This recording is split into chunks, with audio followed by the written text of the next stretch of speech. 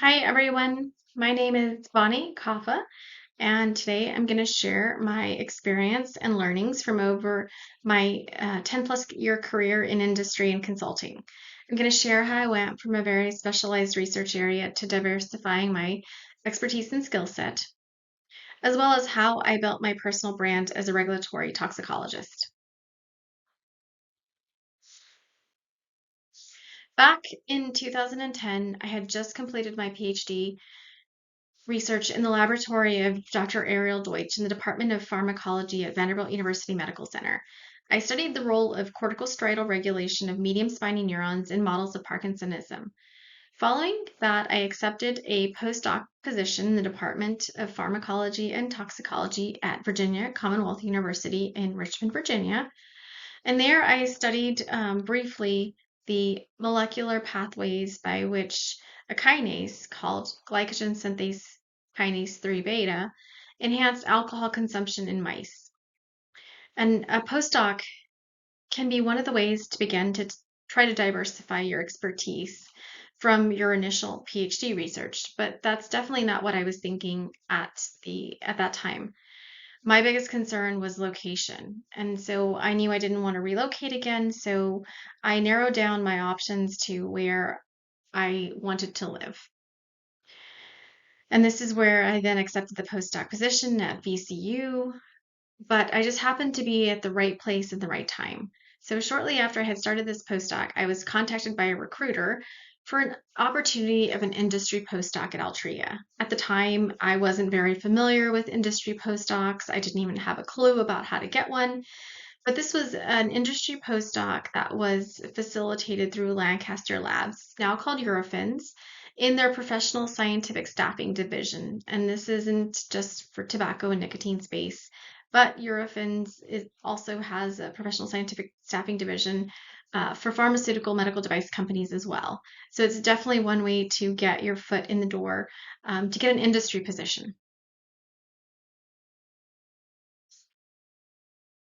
So I was able to transition from academia to industry with this initial industry postdoc.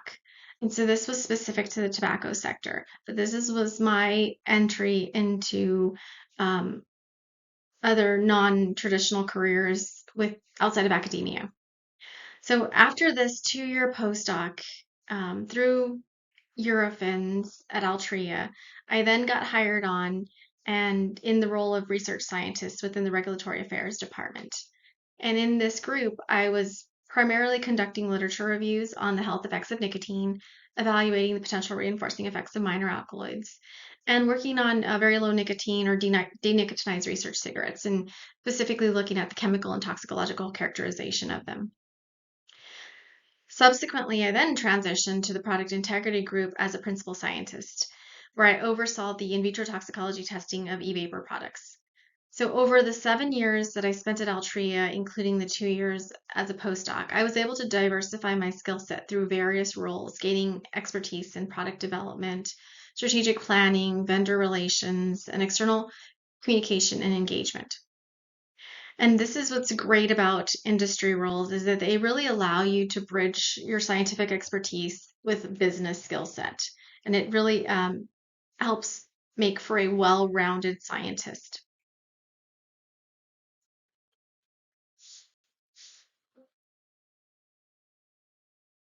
However, back in 2019, I was part of a cost reduction initiative and I found myself out of a job. And this was a shock that I had spent so many years there. I had never imagined having to start from scratch and figure out, okay, what am I going to do as a career now? So it just was a reminder that no job is entirely secure, no matter like, how much you think that this is this W-2 type of position or how long you've been there. It's just, there is no such thing as a secure job, right? Even I think a lot of people will look at that as well, it's still not as unknown as consulting, right? But I hopefully with this talk I will convince you about some of the benefits of consulting and industry jobs. So for me, the logical next step was to pursue a similar role in the tobacco industry, but that meant relocating, and that was non-negotiable for me. So as I was back to square one, trying to figure out what my next move was going to be, I I knew that I had valuable skills that I had achieved in over the years being in industry. So I had valuable skills that were very transferable, skills in consumer product safety, regulatory submissions, and in vitro toxicology. So while I was looking for the next position, I began really leveraging LinkedIn, and I was sharing industry publications, regulatory updates, and FDA news that I believed would benefit others. This then led to the creation of ToxFarm. This is my LLC that I had created, and it was really it marked the entry into the world of consulting. Despite not knowing the first thing about consulting, I really just jumped in and learned as I went. So I was able to draw on my professional network and secured my first consulting project with Toxinergy. I was working on toxicological evaluations for nicotine and cannabis product ingredients. Although I didn't have the exact experience necessary, I learned on the job. And so I embraced the challenge, committed myself to extensive learning, and additionally, I had recognized the importance of obtaining toxicology credentialing. My PhD was in pharmacology. I hadn't really taken a lot of toxicology courses. And here I was working on tox evaluations for ingredients. So at that point, I decided I was going to pursue certification through the American Board of Toxicology. So I started this journey and it spanned over 2 years, culminating in the achievement of becoming a board certified toxicologist back in November of 2022. However, after experiencing the unpredictable journey of independent consulting for about a year, where there was a lot of uncertainty about when the next project was going to come or the next paycheck, I made the decision to just transition into back into a W-2 type of position. And this came as the role of business development manager at Enthalpy Analytical.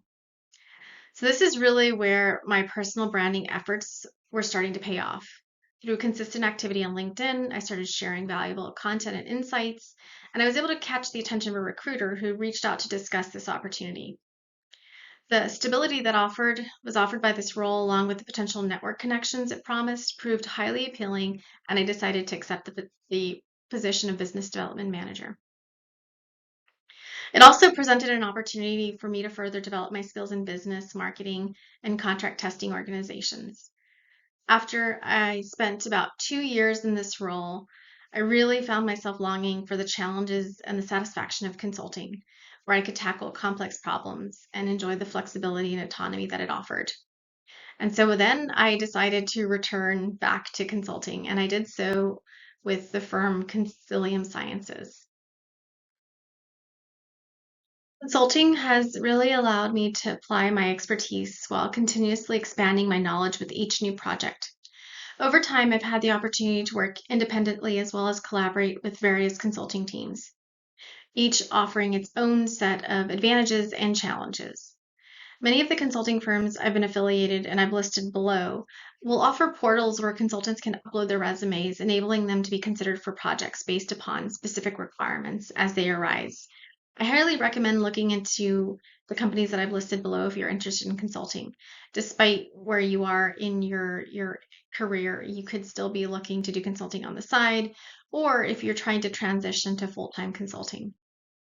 Consulting offers a very unique platform to apply specialized knowledge across various projects and industries. And your scientific background that you acquire as a PhD scientist and go on and do postdocs really equips you to provide valuable insights and solutions to complex challenges. Now, you may think that you're pretty limited in terms of career advancement if you go into consulting. That's not necessarily true. And so, even as a consultant, I've managed to advance into leadership roles. I've taken on responsibilities such as scientific director of toxicology and most recently, fractional VP of marketing. Despite lacking any formal training or a degree in marketing, I've recognized the importance of mastering the art of content creation and effectively promoting company services for successful business development and consulting, which as a consultant, you wear multiple hats, and one of them is marketing, right? And so to secure your next client or your next project, you are doing a lot of marketing. And I learned through hands-on experience, really just relying on trial and error, along with the wealth of knowledge that I've gained from listening to podcasts, or watching YouTube videos. There's a lot, tons of resources out there. However, none of my achievements would have been possible without building a personal brand. While many scientists believe that their CV or their long list of publications or grants, research grants awarded, will suffice to showcase their expertise, the reality is quite different nowadays. So, here are 7 more reasons why building a personal brand is essential for scientists. First, it increases your visibility within your field and beyond. You already have a personal brand, whether intentional or not. It can be negative, positive, or neutral. It's really what people think of when your name comes up. Secondly, it really differentiates yourself in competitive markets. So you want to be able to set yourself apart from others with similar skills and experiences. 3, enhance professional credibility. You want to establish yourself as a recognized authority. 4, facilitates networking opportunities. It allows you to connect with other professionals, mentors, and influencers in your industry. 5, career advancement. It can really open doors to new opportunities such as job offers, speaking engagements, consulting opportunities. 6, brand loyalty. It fosters loyalty among your followers and supporters who are more likely to engage with and advocate for you. And finally, thought leadership. It enables you to share your experience with a broader audience, positioning yourself as a thought leader in your field. So now that you know why it's important to build your personal brand as a scientist, how do you actually get started? And so here I've created a list of 8 potential steps that you can take. But the first one is the most important, where you need to define your expertise, right? You need to identify your niche or your field of expertise within science. And this is really the sweet spot that lies at the intersection of your skills, your passions, and market demand. You also need to develop a very strong online presence, whether you're creating a professional website or a newsletter to showcase your research, publications, or projects. You can use social media platforms like LinkedIn, Twitter, and ResearchGate to show your work, but also engage. You can post insights in your area. You can start to comment and expand your network. You join relevant scientific groups. Third, you share your knowledge. You really want to regularly publish articles, research findings, and insights. You also want to create informative videos, blogs, or podcast content to reach a wider audience. 4, you want to engage in thought leadership. You want to participate in discussions, conferences, webinars related to your field. This is all additional work that takes away from you doing science, but you absolutely need to participate in discussions, conferences. You need to present. You need to give talks, participate in panel discussions. 5, network effectively. So you really want to build a strong network of colleagues, mentors, and peers in your field. And you can do so by attending conferences and workshops to meet other scientists. You can do so virtually through the use of LinkedIn, and you just need to collaborate with others. 6, brand consistency. It's really critical. You really want to ensure that your personal brand message is consistent across all of your online profiles, publications, presentations. You want to become recognizable, right? You want people to hear your name and pretty immediately know, okay, this is what she works on. If I have a problem in this area, I want to reach out and get her to work on this project. You want to cultivate your online persona, but you want to be authentic and genuine. You want to be able to engage with your audience and share insights that are true to yourself, right? You may have similar expertise, skill set, background as many others in your niche area, but there is only one you. And you really need to create a support system. There's a lot of challenges and unknowns that come with transitioning into industry and independent consulting that you definitely want to have a support system, because you do not need to recreate the wheel, right? There are people that have been through it that can help you along the way, or just give you support to keep going and not give up. So hopefully I've convinced everyone of the importance of having a personal brand.